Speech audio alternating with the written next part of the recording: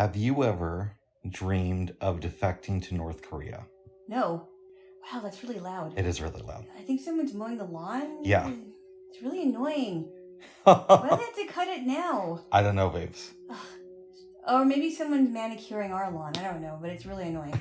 I don't like that. Anyway, no, I have not dreamed about defecting to North Korea. Why? I like this YouTube channel. I think we talked about it before, that a man named Simon hosts. That is really loud. Yeah, it is. And he does a couple of different YouTube channels. One of them is this biography one, though. Mm-hmm. And I just watched most of a video when you were in the shower of... Yeah, that is really loud. Yeah. A guy from the U.S. military who defected to North Korea in the early 1960s. Why? They said that he grew up poor. Yeah. Sorry, I'm distracted. It's so loud. That's something that's out of our control, believe me. Yes. It is out of our control. We did not cause the person to mow the lawn or whatever. That's okay. It's very loud. Anyway. The sound on this one is not going to be great. No.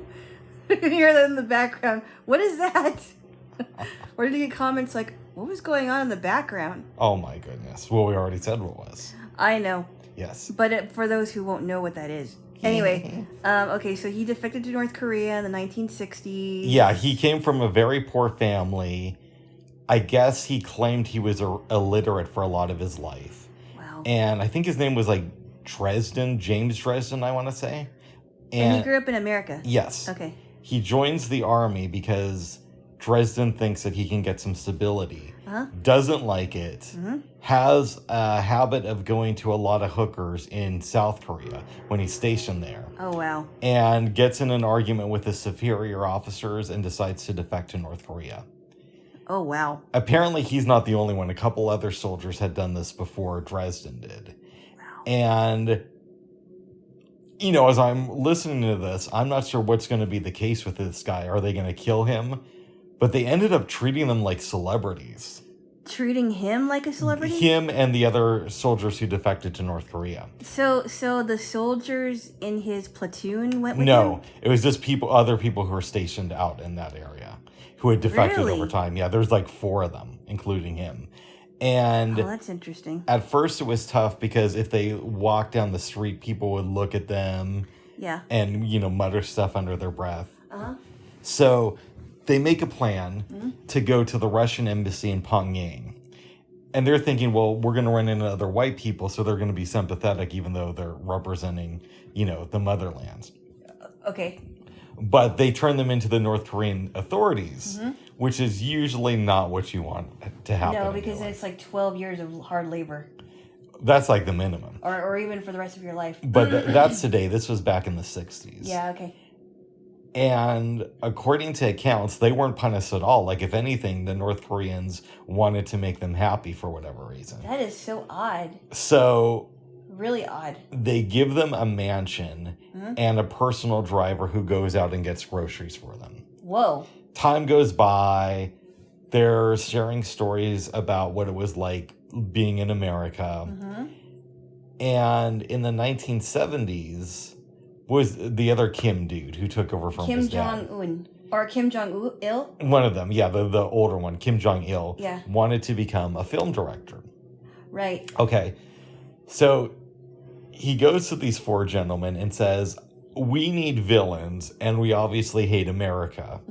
So you guys are going to become actors. Wow. They do. For their propaganda movies. Exactly. Wow. They do that and become these huge stars, respected by everybody, and they're considered like the upper echelon of North Korean culture. That's crazy. Yeah. Dresden meets some girl who it's a little unclear whether or not she was kidnapped from her home country or not. And they talk about one of the other soldiers met somebody from Bangkok, Thailand, who was just randomly kidnapped one day. Oh, wow. Yeah, and brought to North Korea. But he falls in love, they get married, have a couple kids, and he sends their kids off to Pyongyang to get educated. And after the films, he becomes a teacher in the 1980s. And that's where I'm at in the story. And what book is it? No, I'm I not told that book, you. but and what was the name of the channel? I think it's called Biography something. Wow. I'll give it to you the next time. That's crazy. Yeah. To me. I'm thinking to myself, why would anybody want to defect to North Korea? At all? I believe they briefly mention him in the book Escape from Camp 14. Oh, wow. Yeah. Wow, that's crazy. It's an interesting story, though. It is.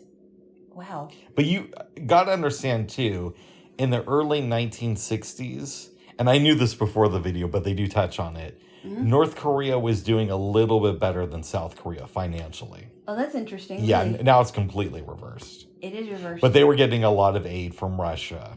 North Korea was? Yeah. Wow, okay. That's why they had the embassy in Pyongyang. Oh, in Pyongyang. Wow. Mm-hmm. That is, that's crazy. It is. Me. That's, wow. And now no one would even think about defecting to North Korea. I hope not. You would be insane to do that now, especially as an American. I know. Exactly. Exactly. But there are a lot of crazy people around the world. I guess I wouldn't even be a tourist in North Korea because I don't know if I would be able to make it out alive. Yeah, because they said that if you do anything, like if a pamphlet accidentally falls over, if you rub up against it while you're walking somewhere, you could get 12 years hard labor if you're an American citizen in North Korea for that. Wow. Think of how crazy that is. But what if you're not North Korean, you're not a Korean, period, and you escape North Korea, then what happens to your family? Well, if you're not North Korean, you mean you've been living there for a while and you have... No. Like if you were caught, but you found a way to escape to your country, right? Yeah. What happens? How... Would they be able to find you? No, they don't have the power like that. And they don't have... So, if I'm an American and I escape, they can't do anything about it. That's what I thought. Yeah, they can't touch you because we don't have regular relations with North Korea. That's true, right. So that would be a legitimate escape. But if they were a Korean person living in North Korea and they escaped, then their family... it's like, and then their family gets hard labor. Well, define Korean because South Korean doesn't have any treaties with them. So if you were a South Korean kid who's like, I want to go over to North Korea, and then you escape, South Korea isn't going to deport your family. No, that's true. Yeah. That is true. Or you're saying North Korea won't? Well, they won't. North Korea won't be able to because you need... a treaty with a country that says you can do that. Well, I guess if you're really specific, like if you're a North Korean citizen, if you were actually born in North Korea and you defected from North Korea, then your family... your family's screwed then. Yeah, exactly. Yeah, but they're not going to send you back. Yeah. Maybe Russia would. I don't know because they have treaties with North Korea, but and possibly China, but I'm not even sure about in those cases. Wow. Yeah. By the way, it's crazy what's going on in Russia. Now they're saying, you know how their economy was starting to come back after we put those sanctions? Yeah. Now they're saying it's crashing again because there's not enough men to keep the businesses open because they're drafting everybody. Yeah, that makes sense. Yeah. And that's, because... Yeah, that makes a lot of sense, actually. And they're saying that China and India are fed up with what's going on now because it's not a good look. So they're backing slowly, taking their support away from Russia. Wow. They're not doing even China? Yeah, they're not doing a full force, but they're starting to experiment with that. I would think that because China is another dictatorship, then that they would back up Russia, but I guess not. Well, and we've discussed this before. They are to some extent. But they're starting to slowly remove their support. She has started to be a little bit critical of Putin in speeches. And again, I know we've mentioned this before, but some of the speculation was one of the reasons China was supportive of Russia, besides for just being a communist state, but of them going into Ukraine, was because they wanted to see what the global reaction would be if they went into Taiwan. Okay. Huh. And they saw how things went for Russia on the global stage, and it ain't going good. No, apparently not. I mean, it was a debacle from the beginning. It was. But it's just getting worse for them. It is. Yeah. And I don't know why Putin hasn't already been removed. Because he's not doing good himself. Who knows? Who knows? I've been wrong a lot. I do think it's just a matter of time before that happens. Yeah. Huh. I don't know. But we'll see. Did you hear? Probably not, because it happened, I think, last night or early this morning. Uh-huh. The new Prime Minister of England was forced to resign. Liz Truss? Yeah. Why? Because she introduced some tax bill that was like heavily slanted to the rich. And you know how we're going through a recession right now? Yeah. In London, it's apparently a lot worse. I would imagine. And people in her party were starting to turn on her. She had an 8% approval rating. Really?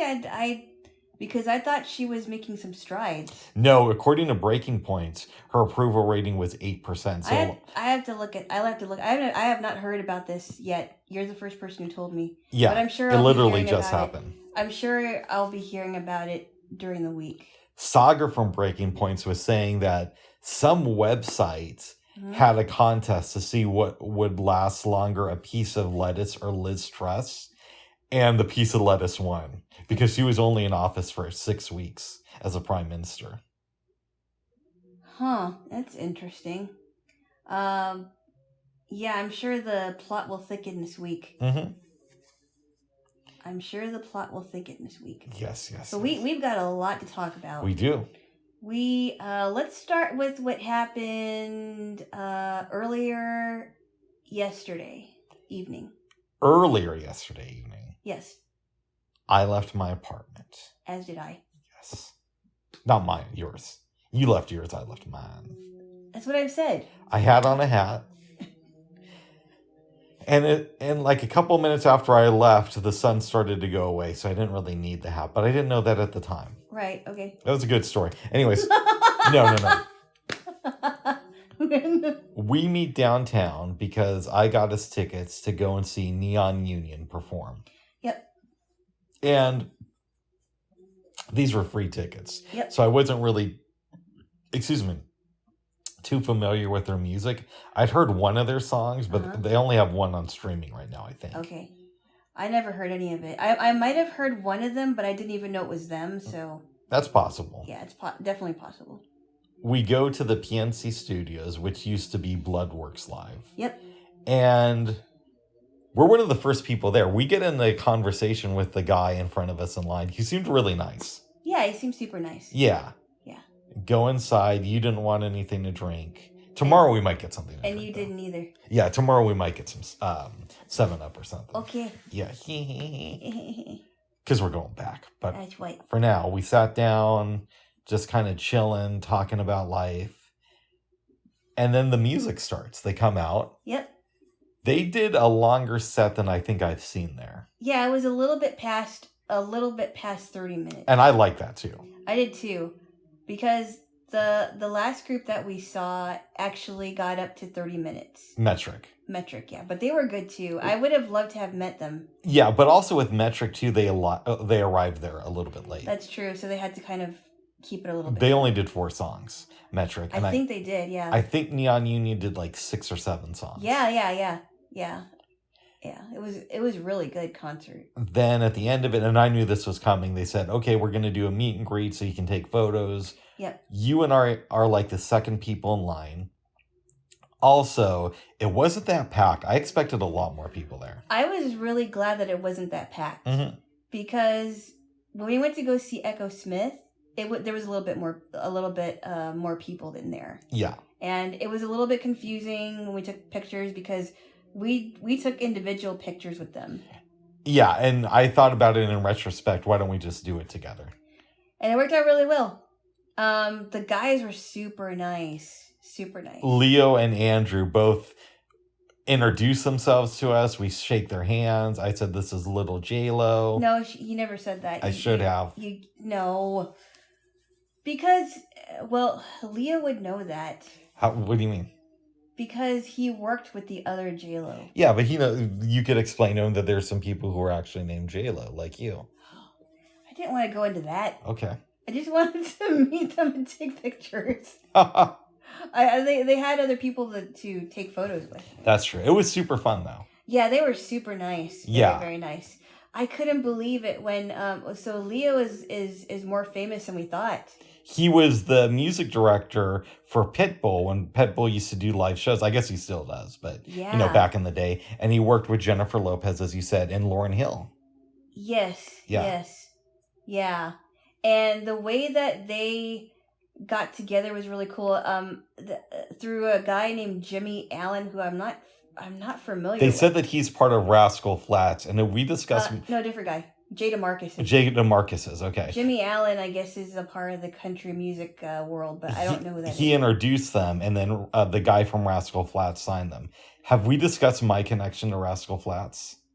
I don't think so. It's very, thin, by the way. I've never met the band. I do like the group. Okay, so back in the Day. Back in the day... Don't go dizzy on me, bud. Okay, back in the day before hip-hop began. No, never mind. You know that song, right? Yeah, I know. Okay. I almost wanted to sing it, but I won't. Yeah. I did blindness training in Colorado. Yep. And there was a girl who used to hang out with Rascal Flatts, right before they signed their big record label. Wow. To their big record label and became stars. Wow. And I remember a couple of times we were listening to the radio. I don't even remember the song because I don't know their music that well. Yeah. And their music would come on and she'd be like, they were just regular guys and now they're big stars. That was the one girl that you used to like, right? No. Oh. I mean, I liked her as a person. But you didn't really you didn't want to go out with her. No. No. Oh, okay. No. I think you told me about this person. But yeah, I think I remember you telling me the story a while back. Yeah. So it's kind of cool to hear that. I knew somebody who knew that band that signed you guys. Yeah, I like some of their stuff, actually. I don't know it well enough. Oh, yeah. Yeah. But Neon Union was super cool. Yeah. Wow. I didn't know anything about them until yesterday. Neither did I, really. Yeah. I thought it was pretty cool. And they're the first biracial band in country music, is what it sounded like. Yeah, and because in country music, a lot of them would do duets with people, but it wasn't. Now they're an actual band. So yeah, country music must be super segregated. Which, I mean, to me, it kind of sounds like just listening to some of the stuff. I don't know that it's super segregated. I just think that maybe they didn't have any opportunities. Yeah. Because Charlie Pride, remember Charlie Pride? He was one of the biggest country stars. And he was, I don't know if he was the first black country music star, but I heard an interview with him and he was talking about all his fond memories of working with people in the country world. And that he didn't feel like he was segregated from anybody. I think D. Ford Forrest was the first black country star. Okay. Yeah. Just from what I can remember from the Ken Burns documentary. Yeah, and I like some of I don't know a lot of Charlie Pride stuff. From what I heard, I liked it. Nice. Yeah. Yes. Yes. Yes. Speaking of musicians, babes. Yeah.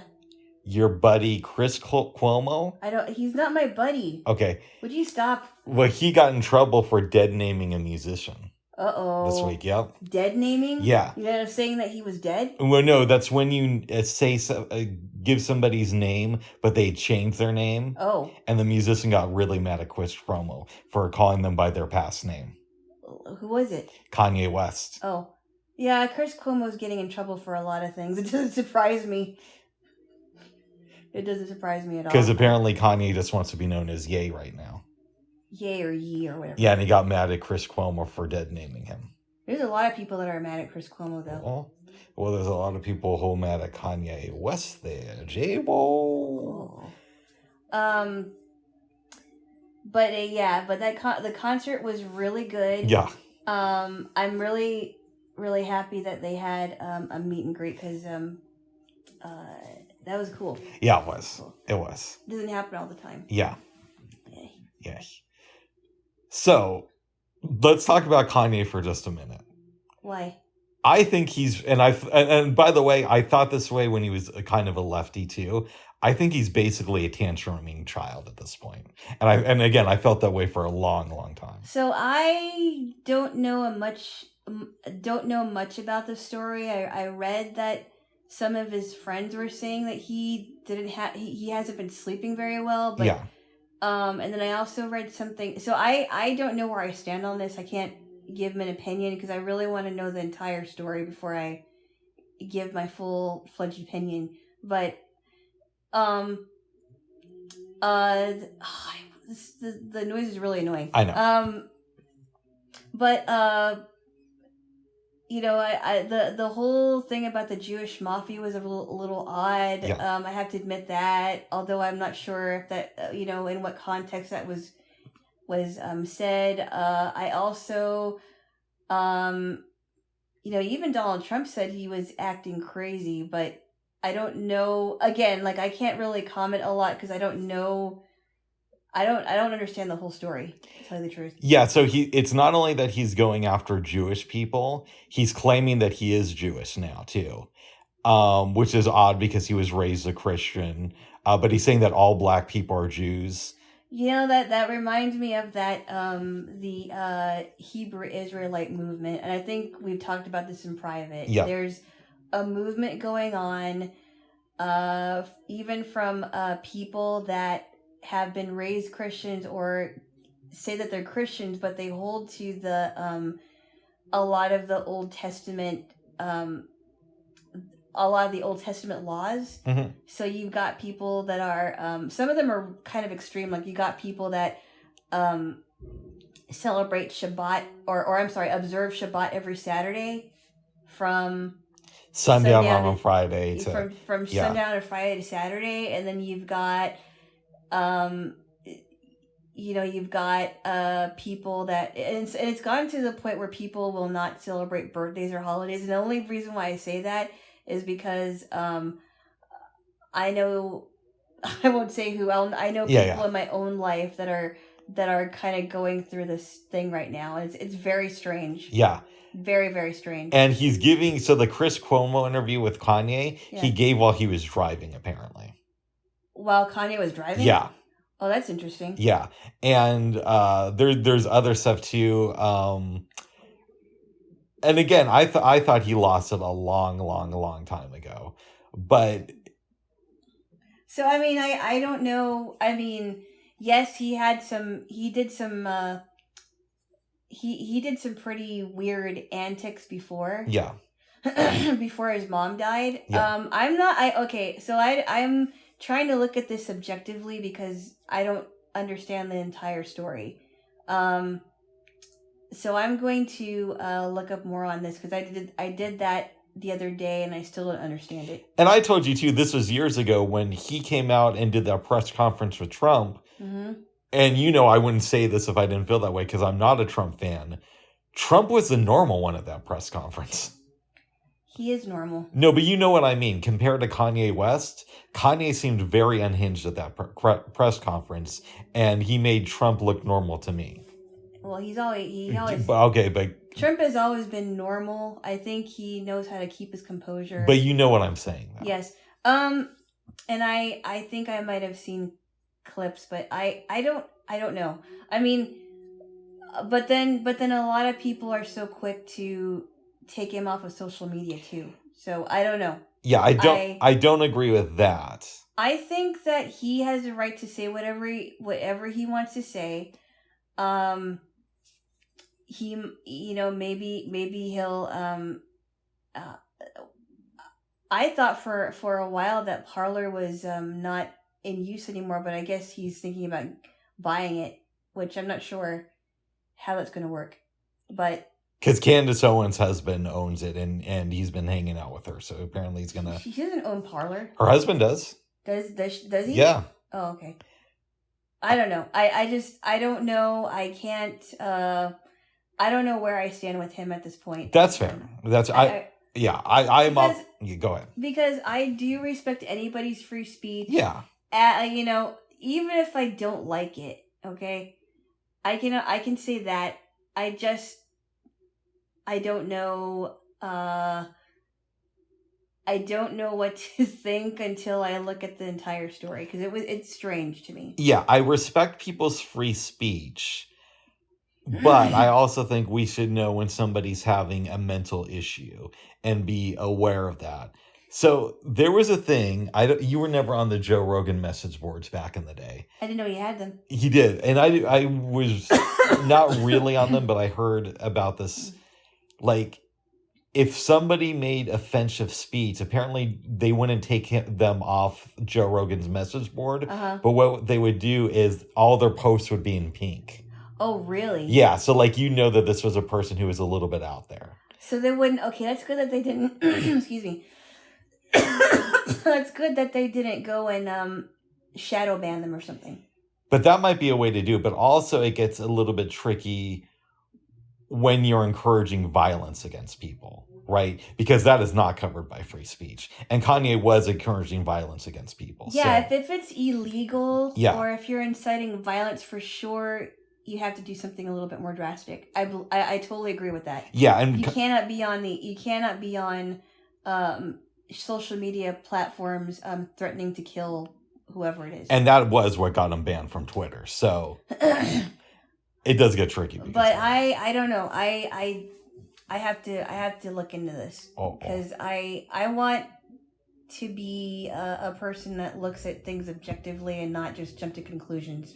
And for real, yesterday I'm thinking to myself, I wonder if I could get Kanye's attention on Twitter and get him to do this with us by phone. No. Why not?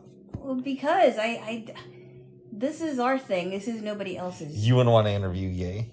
No. No, I don't. Okay. I don't want to interview any celebrities, to tell you the truth. Look, I know you want our podcast to be on the map, but I'm not really into the whole fame thing, to tell you the truth. That's fair. I'm so disenchanted with it that I just don't want to be. I don't want to look at me like, hey, I heard your podcast. No, I just want this to be our thing, to tell you the truth. Nice. Yeah. Yeah. So something's going on with Ye. Do you believe in dead naming? Do you think that it was good that Ye, Chris Cuomo? It's a little. I mean, I don't like Chris Cuomo. Yeah. Anymore. Yeah. I mean, I used to think he was all right when he was on ABC, and now he's a complete lunatic. That's fair enough. But. Do you think he should be shamed for dead naming? I guess I would have to ask the question: did he know that Kanye was calling himself Ye or Ye before the interview? And if he did, then he should know better. But at the same time, people have the right to say what they want. Yeah. And it's not like he's saying anything illegal either. Yeah, exactly. It's not like, I mean, I don't think that if Prince was alive, he would get on somebody for calling him Prince when he used to be the artist formerly known as Prince. Yeah. So to me, there's degrees of this, right? So if somebody, and we've had this discussion before, if somebody changes their name, from that point forward, I will call them by the new name. And I think with Kanye, to be fair to him, it actually was that thing. So I think you can refer to his old work and say, hey, this was Kanye West's work. And going forward, he wants to be called Ye. Well, it's kind of... What? I was just going to say, but it's like the Elliot Page example. Mm-hmm. Elliot Page prefers the pronoun him. So from here on forward, I call Elliot Page him and use his preferred pronoun. But if we're referring to something like the Ellen Page movie, which I love, called Hard Candy, I'll say Ellen Page was in the movie Hard Candy and she was really good. Because back then, Elliot Page... I have to disagree with you on the pronoun thing. Go ahead. And I'll tell you why. Because people are the ones that are really pushing this, they're so sensitive, like, why are you not calling me by my pronouns? Mm-hmm. I think it's ridiculous. It's one thing if you say, could you please call me by my given name? Or not, I'm sorry, not given name, but my legal name now. It's one thing if they say, could you please call me by my legal name, and you know that already, and they still won't do that. But the pronoun thing is where I draw the line. Yeah. Well, I don't. I think it's ridiculous. Yeah. Listen, is it my thing? No, but I respect people. And if I want them to respect some of the crazy shit that I do, I should have some respect for them. When they do something that I don't. These people should... Yeah, but come on. I mean, these people want to push this on everybody, and Ellen Page will never be a guy. I don't care what anybody says. She's still Ellen. She may think of herself as Elliot, but she's really still Ellen. It's not gonna change anything. It just means that she wants to dress up as a he and live as a he, but she wouldn't be a man anyway. Well, I hear you, but if that's the decision that Elliot Page, because going forward that's the pronoun that Elliot prefers, then... Yeah, but come on. You think even you have to say that this has gone way, way, way too crazy. It's not a choice I would make, and I don't completely understand being transgender, but by the same token, there are people who don't understand a lot of the choices I would make. So if I can't I don't understand it, but that doesn't mean that I can't respect somebody's choice, even though it's not for me. Yeah, I think this is just like... I think this position has just gone way too crazy and woke. It's just insane. But I mean, as far as the dead naming thing, I kind of get it. But then Chris Cuomo has also put his foot in his mouth too. So well, he's put his foot in his mouth before, but you shouldn't conflate one issue with this. So just because he's done stuff where he's been an asshole before doesn't mean he was necessarily one in this case. Yeah, I don't know. You know. I mean, I didn't hear it, so I guess I can't really comment on it either. Yeah. I could care less what... I don't know. The whole gay thing is kind of weird. I mean... Yeah, What about Puffy, right? How many times he's changed his name? But I don't think Puffy yells at people at interviews if they call him the wrong name, if it's a name that he's used before. No, I don't think he has. Yeah, but it goes back to my theory that Kanye West is just a tantruming child. That's what he is. He's a tantruming child who's pretty good at producing beats. And be real, I know it's easy to say this now, but I've always felt this way. I've always thought that his lyrics were kind of second rate. I know. He said that a million times. Yeah. You can't beat but he does do some great beats. Okay. I'll give him that. I did like Just to Get By Talib Kweli. Yeah, and Ye produced that, and he did a great job with that. That was a really good song. I really like the beats. I like the harmonies. He's produced a lot of stuff that I like. I love the Blueprint album, and I think he produced half of that. Oh, wow. If not more. Wow. So he's good in that. And did he have some songs on Benny Siegel's album? Was it The Truth? I don't know. I have no Benny idea. Siegel. You listen to Benny Siegel, right? I don't think so. Oh, Benny Siegel's really good. You see, I told you. You ask me questions, and I'm like, I have no idea who these people are. Benny. Benny. Oh, I still love you. Sounds familiar. The name sounds familiar, but I don't think I'm familiar with this guy. He used to be signed to Rockefeller. He did a lot of songs with Jay. Jay-Z. Okay. Yeah, you're like abbreviating them. I'm like, what? Oh my goodness. Oh my goodness. As if they're your buddy. My buddy. Why never met? All right, give me a kiss. Oh. Okay, so the concert's over. Yes. We get home here. Have some really yummy ice cream. Great, healthy dinner. No, it's not healthy. It was dessert. Unfortunately, I did not have anything for dinner for us just because I did not know you were going to come over until like very, very... We talked about it the day before. The day before, though, but we never planned it. Oh my goodness. Yeah, you kind of sprung the tickets on me. No, wait a second. I didn't know until the last minute. I literally called you as soon as I saw that I got the email that I got the tickets. Yeah, like I said, we didn't plan for it. Yeah. You make it seem like it was me who was waiting till the last minute to contact you. Well, okay, I have to admit, I was under the impression that you already got the tickets before... Or you already got back to the person before you called me, but apparently that wasn't the case. I applied to get the tickets. You applied to get the tickets. And as soon as I saw that I got the email confirmation is when I contacted you. Okay. Yeah. But needless to say, we didn't plan on it. No. Yeah, it just happened that way. It's a happy surprise. Happy accident. Like all the babies who were born during COVID. Except this was a happy surprise that didn't involve any shit. What? What was that for? What? Because babies shit themselves. Okay, stop it. Don't they? Well, so do you sometimes. When you're a baby. You're a baby. Oh, yeah, they do, but they can't control it, Bubs. Oh, my goodness. But it's so real. They can't control their bowels or their bladder. Oh. Is that true? Yeah, they can't. Okay. I thought they just didn't know how to. No, they know how to do it eventually. No, but I'm saying not when they're born. I just thought that. No, not when they're born, but when they learn how to eat and drink. Oh. You know what I mean? Another reason not to have a baby. All right, give me a kiss. No. Oh, so then the tickle word's going to keep going then. Okay, stop it. All right, give me a kiss. Give me your noise. No, give me a kiss. We got in the tickle wars. Okay, stop it, Oh, my thing fell. All right, give me a kiss.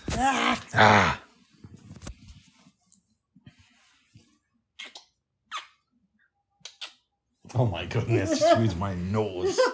It's a cute noise. Thank you there, little Jaylo. So we had some ice cream and a little bit of chocolate. The ice cream was super good. It was. I think we should have another bowl. I think we should too. After we get some food. Yeah. And then we saw the last how many minutes? Like half an hour of Sex, Lies and Videotape. Okay, I want to talk about this because I've got some issues with this.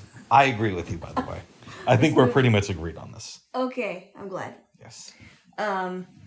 So like we said in the last episode, we couldn't give the full-fledged description of the movie because 32 minutes into it, into the second part that's on YouTube, the sound drops. Like an hour and a half into it. Yeah. Or an hour into it, actually. And thankfully, you were able to find a better copy. Yes. Okay, so I won't give away everything, but I'll give the basic premise. Tell me. There's this lady named Anne who's played by Andie MacDowell, married to John. It's Peter Gallagher, and she is talking to her therapist about why she feels like that sex is overrated, and she's kind of a sexually repressed woman, for lack of a better description. And so she's in the midst of talking about this guy named Graham, who's John's college friend. Or was it friend? Yeah, college friend. Yeah, even though at one point during the movie, Graham makes it sound like they weren't really that close. Right, exactly. Which I didn't understand. Then why would the other homie let Graham back into his life? Yeah, if they weren't close. And why would he let them stay at his house? Exactly. So that's something I didn't get. Anywho, Anne doesn't know this, but John is having an affair with her sister Cynthia, who's like, she's not the best person to talk to about relationships. Mm-hmm. Because it seems like she's very promiscuous. She doesn't seem to have a moral compass, at least doesn't seem like that to me. And she still keeps sleeping with her brother-in-law, even though, that's her sister's husband. And I thought it was very interesting. So Graham moves out of their house, gets in an apartment. He's kind of a weirdo. That's putting it lightly. Yeah, he like dressed up in this whatever getup it was, right? I forgot what it looked like. I don't remember that, but I'll take your word for it. But John was making fun of him. Yeah. It's like, what, are you going to a funeral? Because I guess he was wearing all black. And he's very strange. And he moves into this apartment in the area. Anne goes to see Graham for a little bit. And she's thinking that he's kind of odd. And so he leaves. Or she leaves, rather. Cynthia somehow finds out where... I don't understand this part. Because Anne didn't give her the information to call Graham. She just somehow figured out where his house is. So Anne... and Anne finds out that he has a bunch of videotapes with girls' names on them. And finds out that these girls are talking to him about sex. She thought it was creepy. Cynthia goes over there. He turns the camera on her. She's talking to him about sex because she's very open about that, and for some odd reason starts to masturbate in front of in on camera, which I thought, why would you do that in front of a stranger? But whatever. Anne finds out about this. She's like, why would you do that? That's stupid. Huh. Very stupid. And then you see, like, I think in between his meeting with Cynthia and all of that, you see him watching like clips of women in the 70s talking about this. No, it's his own home movies. Oh, his own home movies. I thought it was from the 70s because the quality's really low. But we talked about a lot of this last time too. But. Okay, we did. Yeah. So anyway, fast forward, Cynthia, so I'll get to the part where we kind of missed a lot of stuff. Cynthia told John what happened with Graham, and Cynthia basically told him, I trust Graham more than I trust you because he wouldn't say anything to Anne about this. Fast forward, Anne's vacuuming, finds Cynthia's earring in the vacuum, and realizes, my husband is sleeping with my sister. I think it was underneath the bed, but I'll take it. It was underneath the bed or whatever, and she smashes it with the vacuum, which I totally understand. Then she goes to Graham's house complaining about her husband, which I'm not sure why she did that. I don't know why she couldn't just go to her therapist, but she did. And then Graham talks to Anne for a bit, and she's like, I don't know what I'm going to do. And she decides, hey, I know what. Why don't we make a videotape? Yeah, which is really dumb, because I'm thinking, why would she do that? Because she thought he was crazy in the beginning. Yeah. And then he agrees to it, so he turns on the camera and starts recording her. She's talking about, helping Graham with his problem. Graham is like, you don't even know the slightest bit about me. And she also finds out about Elizabeth, which was his ex-girlfriend, I'm guessing. That's what it sounded like. Yeah. So then it goes back to her and John. Anne basically tells him that she wants out of the marriage. I don't know why she doesn't confront him about why she wants out of the marriage, but she says that's it. And then he watches the entire video of Graham and Anne. Then what's his name? John admits to Graham that he actually slept with Elizabeth before they had problems. Mm-hmm. And then it ends with the whole thing ends with Anne going to the bar, telling her sister to call her at these times, and then she ends up with Graham at the end, which I thought was a weird ending. Yeah, and Graham destroyed all his videotapes. Yeah. I'll tell you this. I know we talked and I said maybe I'd give it a 6. I don't even know if I could give it that. This movie, and I told you this also last night, it feels to me like a bad Showtime movie. Because back in the day, Showtime used to do these like movies that they'd have on their channel with a little bit of sex. Okay. And it felt like one of those. It felt like a Showtime TV movie from the 1990s. I didn't watch Showtime, so I couldn't tell you, but it reminded me of like a really bad 80s soap opera that was more explicit. Mm-hmm.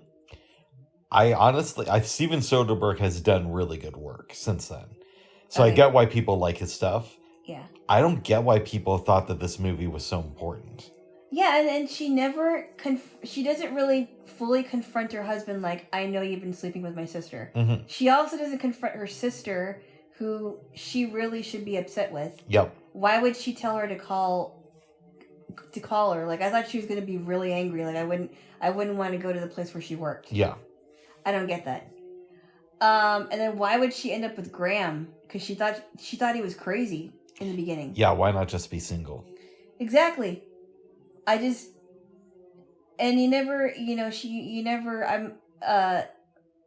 she never goes back to her therapist, or at least it doesn't seem like she does. No. So she's not really... I don't know. This is a weird storyline. And it's not good. It's just not a good movie. It's a waste of talent. No. Now, the lady who played Cynthia was good. I thought it was really interesting in the video that she made when she was saying that she didn't want to think about men because that's how her sister thinks. And she's very man crazy. And her inhibitions just kind of go out the window. Oh. When she thinks about guys. Yes. And obviously she's not selective, otherwise she wouldn't be sleeping with with Anne's husband. So, you know what I mean. She was a messed up lady. She was. Yeah. Yes. Yeah, I can't recommend this movie. Anne doesn't even grow in the movie. No. She just is reduced to what Cynthia did, except it's John's friend. The only one who you can make an argument that grows in this movie is Graham. Yes. But the growth doesn't make any sense, though. It doesn't. Like, as soon as he finds out that John had sex with his girlfriend, he destroys his videotapes. I mean, what does that mean? That, after he had sex with Anne, then his problem was cured? Yeah. I don't get it. I don't It's either. not like an easy fix, because and he even said that he used to be a pathological liar. Mm-hmm. So he could have been lying this whole entire time just to get Anne into bed. It's just not a good movie. I don't get the storyline. I don't get it. I don't either. And the music was so cheesy. I know. It's bad. Yeah. Okay. Not a good film. I think I would give it a 6 just because it has potential to be a better movie. It just wasn't. Right, but just every movie has potential to be better, even classics. I know. But so I don't think just having potentials in that. Well, film. you know what I mean. I mean, I didn't think it was like The Man from Earth, and I know we keep comparing movies to that because it's the worst movie we've ever seen together. So bad. This is up there, though. Yeah. This probably makes the top 5. Yeah, because there's this, August Rush. August Rush isn't as bad as Saturday the 14th and this one. You know what? Yeah, because August Rush is really bad, but it had good music in it. So I'd probably say Man from Earth, Saturday 14th, then August Rush, then Fat City, and then Sex, Lies, and Videotape. Fat City was just awful. Yeah. I didn't get that. And Stacy Keach's love interest, that lady, she was a nut job. Yeah. In the movie. I'm like, what? What is wrong with you? But she's a nut job from the very first scene. She is a where nut they job. meet each other. She is a nut job from the very first scene. I'm like, why would you go out with this woman? Exactly. Yes. Yeah. Making dinner, and she's like, I don't like dinner. But I think there's the bar scene where they meet, and she's just acting completely over the top crazy. Yes, she is. Mm-hmm. Yeah, that's right. They do meet in a bar or some kind of cafe. I think. Yeah, it was bad. Yeah. It was really bad. Yeah. But then we saw a documentary on Tina Turner. Uh-huh. Which is really good. It was very good. Yeah, I enjoyed it. I think it's just called Tina. It's an HBO thing.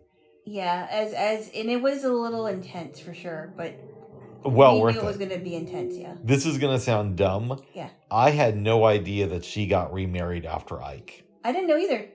I had no idea. I thought she was single this whole time. Mm-hmm. I had no idea. And I also didn't know that her husband was much younger than her. And he's Swiss, I believe. Yeah.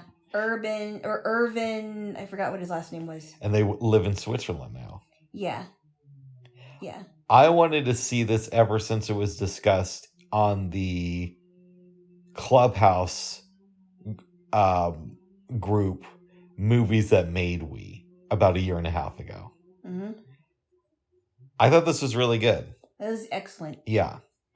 Excellent. And one of the things I liked too was near the end of the documentary where she said that she had hate for Ike until I think it was after she found out that he passed away. Right. And then it was easier for her to let go of it because he's not around anymore. I wonder what their relationship was like after the breakup because they had kids together. Did they talk at all between the mid 70s or the late 70s when they broke up. I would imagine that she found a way to contact her kids without talking to him. But then how could she not talk to her ex-husband because he had the kids? Yeah. And what about the kids? Were they in a better spot that that they were living mostly with their dad? I don't know. Because she didn't see them until she would be around. She would be gone for 8 months and around for 4 months. Well, in fairness, that was when they were still together, and Ike was gone with her. Okay, right. They were on the road, right, or recording. Right. Yeah. When we heard that interview with him, I forgot who interviewed him, and how they were asking him, "What did you think about when you found out that she was trying to commit suicide?" Yeah. And it sounded like he was in denial, like, "Oh, she did it for attention," and was in denial about the things that he did to her, like he could have killed her. Mm-hmm. He was torturing her. He would just fly off the handle for no reason. Even the people that were around him said that he would fly off the handle. And he was hard to work with. Yeah, and not to excuse it, but he did have a very rough childhood. Yeah. Which is kind of hard to contextualize. It is. Today.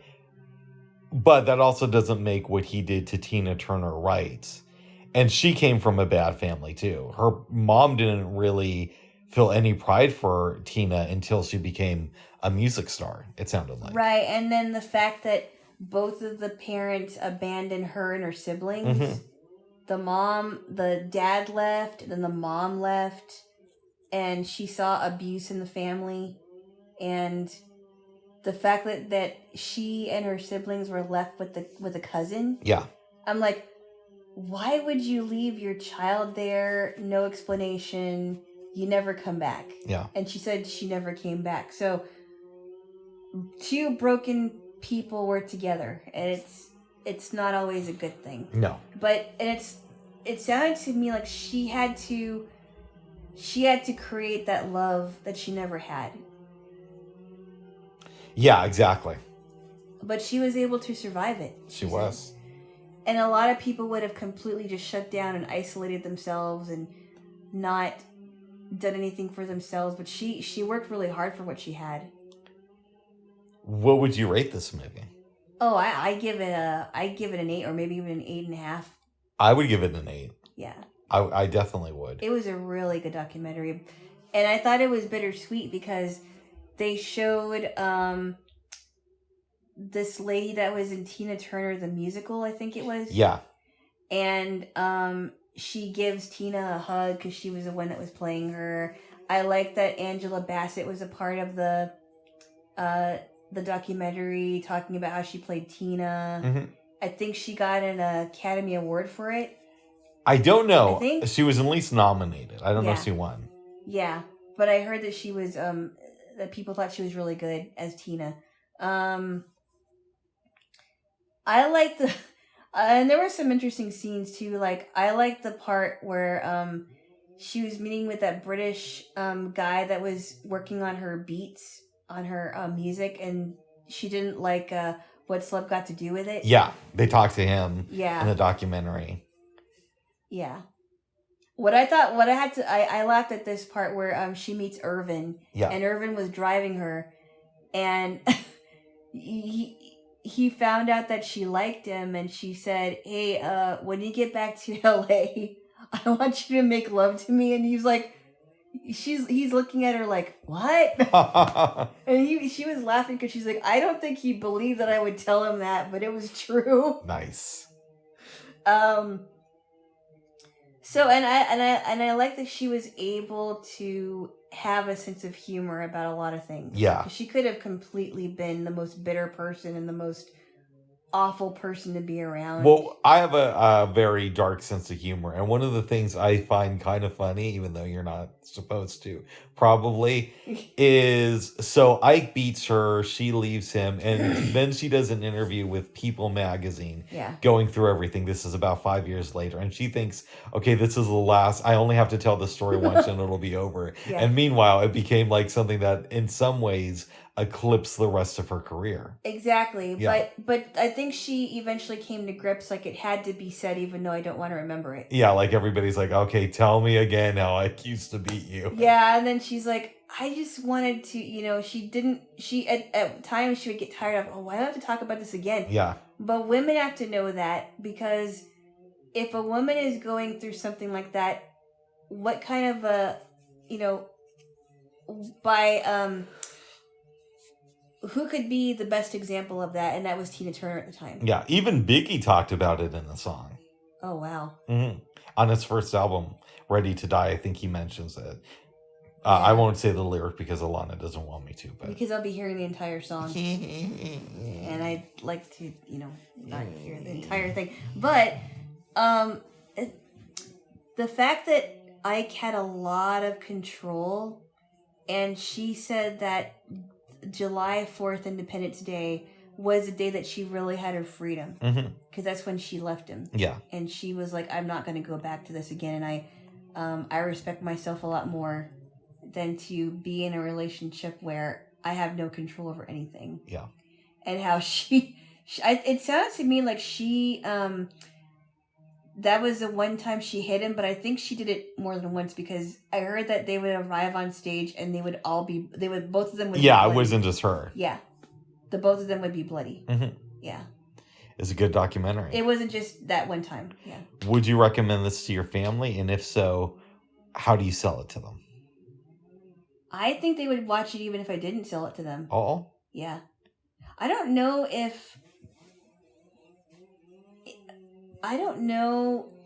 how many documentaries that my family has watched, but I would imagine that this one would be a really good one for them to watch. Yeah. Really says a lot about Tina Turner. Nice. I have more of an appreciation for her now than I ever did, because I've heard about her relationship with Ike Turner, but never knew to what extent he would hurt her and torture her, and how her kids were affected. Like when Ronnie was talking about something that he remembered when he was very young. Yeah. And it just made him tear up. When Ike threw coffee at Tina. Yeah. And he only apologized for the 3rd-degree burn, but not anything else. And it just seemed like granted, he was meant to be very heartless, because even in the interview about the suicide attempt, he didn't seem to care that she almost killed herself. Yeah. It was like, she did it for attention. But I did she wasn't happy with what I did. Well, yeah, she was being tortured every day, for no reason. So, but when she got her freedom, she took full advantage of it. She did. Yeah. I've never seen What's Love Got to Do with it. No, I haven't either. I don't know if I want to tell you the truth. That's fair. Maybe one day we'll do a biopic weekend, but not now. No. Oh. I don't know if I want to see it, because I heard about it before it came out. Yeah. I think it was 93. Yeah. I remember when it came out. Yeah, I didn't see it, but I've been hearing that it was good, but there were, I don't know. Every time I think about like watching movies that tackle abuse, I tend to not watch them. That's just hard. Yeah. And do I really need to see Morpheus slap somebody? Huh? Do I really need to see Morpheus slap somebody? Exactly. Yeah. Yeah. Even if Angela Bassett did a very good portrayal of Tina Turner, I don't know if I could watch it. That's fair. I mean, given the time that I watched the one about the former Miss America from Hawaii, Carolyn Sapp, and how many times I cried during the movie, I don't think I could watch this one. But you were like 3 when you saw that. I was 12. Okay. I was in 6th grade. And it was a TV movie too. It still was. Yeah, I didn't like it. It was very, very hard for me to watch. You're like, it's time to quiet. Sorry, babes. You're making fun of me. No, I want to give me a kiss. I cried like 5 times, and I don't cry very often. Okay, good. Give me a kiss. Give me a kiss. My goodness. Oh my goodness. What am I gonna do with you? You're gonna take everything I say as the gospel truth. No. So you keep saying, what am I going to do with you? And I keep telling you what you should do with me. Yeah, but it doesn't make any sense because you're not always correct. I'm correct, boy. No. Okay, whatever. No. Okay, what else? What else? Did you read anything this week, babes? Oh yeah, I got back into the book, and now we're introduced to Sadie Dunhill / Clayton. Sadie Dunhill Clayton, yes. And she's the newest faculty member, in the school district, and she, what's her name? Mimi Corcoran picked her out before her untimely death, which I guess might have been the morning of the day that they were supposed to. Her and her new husband was supposed to go to Mexico. Deke Slayton. Deke Simmons. Yes. There is a character in Saved by the Bell named Deke Simmons. Oh. Yeah. Nice. Anyway. Yes. So Mimi dies. But we don't exactly know what she dies of. I'm guessing it might have been cancer. But yeah, that's what it sounds like. Yeah. And you seem to still be enjoying the book. Yes. Oh, good. Yeah. So we'll see what happens between George, aka Jake, and Sadie. I read Dilla Time, which is a biography of Jay Dilla. You seem super interested. I can tell by the yawning. That's okay. Written by the dude who wrote a book that I loved reading years ago called The Big Payback, A History of the Business of Rap Music. And when I found out that he wrote it, I'm like, oh, this is going to be interesting. It really was. It connects a lot of musical dots because Jay Dilla is from Detroit. I didn't know this, but I guess I should have. He knew a lot of people from D12. And they talk about how, like in 95, I want to say, before Jay Dilla was, famous and before Eminem really blew up, Jay Dilla was giving an interview on a local Detroit radio station, and he shakes Eminem's hand during the interview because I guess Eminem came into the studio. Oh, wow. It's weird. When I think Eminem, I just think somebody who never listens to underground rap music. And doesn't know that scene at all, but he had Gangstar on the soundtrack to his movie. Oh well. I heard a rumor that once he opened up for Gangstar,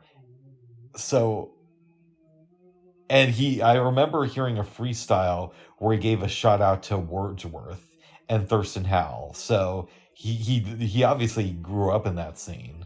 And knows it. I mean, came up in that scene. I'm not to mean that he's Thurston Howell is a character on Gilligan's Island. He was also an underground rapper. Okay. Was it Thurston Howell III?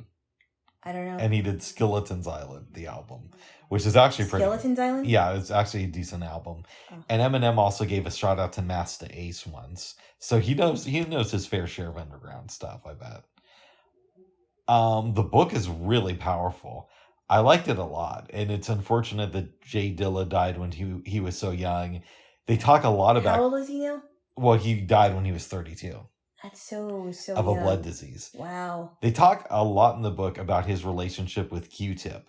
Oh, really? Yeah, because Q-Tip kind of discovered him, and apparently he was the first outside producer who worked on a Tribe Called Quest album, and he produced 6 songs for them. Oh, wow. And Q-Tip remained friends with them, but they had their issues. Yeah. It's a very good book. Oh, wow. If you like rap, especially the 90s, early 2000s stuff, as I obviously am a huge obsessive fan of, right, you will enjoy this book. Oh, wow. I highly recommend Dilla Time. Oh, wow. Speaking of A Tribe Called Quest, the author wrote a book about cooking that I read right after this. Really? And he mentions Jayro, who is kind of like the 4th member of A Tribe Called Quest. You know what? What? That's a documentary. We're talking about doing another documentary night next weekend. That's a documentary we might want to watch. Beats, Rhymes, and Life, Journeys of A Tribe Called Quest. It's one that Michael Rappaport made. That's a possibility. Yeah. And Jayro, after he left the group, went into cooking. For years, apparently, he was a fast cook, but he wasn't necessarily the most skilled chef. And eventually, people stopped caring that he was a member of this great rap group and actually started yelling at him and saying, this is what you can do right. Oh, wow. And he became better at cooking. Wow. The entire book is not about him, but he's mentioned in the book. Oh, wow. Yeah, so that's what I've been reading this week. Okay. And I started another book called Low Life, which I haven't finished yet, but I'm really digging it. And it's basically about New York from like the 1840 until 1920. Oh, wow. Yeah. So that's about me there, Jaylo. Jaylo. Should we wrap this up and order some grub? Okay. Okay, but first I'm going to need a kiss. And I didn't have any dreams. Okay. Oh, wait, did I? Oh, wait, I did have a couple dreams. All right, it's like 12:30, so hurry. I understand. I think I'll talk about a couple of dreams. One of the dreams I had was that I went to a church and I was getting ready to go home and I couldn't I for some reason I wasn't able to check the status of the ride that was coming to get me, but I eventually got through. And that was it. And then I had a dream that I went to a local place here in Portland and somebody introduced me to a couple of dogs. Nice. And that was it. Well, good. Very good, babes. Well, we're going to go and see The Who tonight, which I'm very excited about. I'm very excited about that. Yes. Yes. Very good, babes. Okay. All right, babes, give me a kiss and we'll wrap this up. Okay. Right. Why are you talking like that, bub? I don't know. Oh my goodness. All right, let's go and get some grub and bye-bye for now. And we're going to see The Who. Bye-bye. Bye-bye.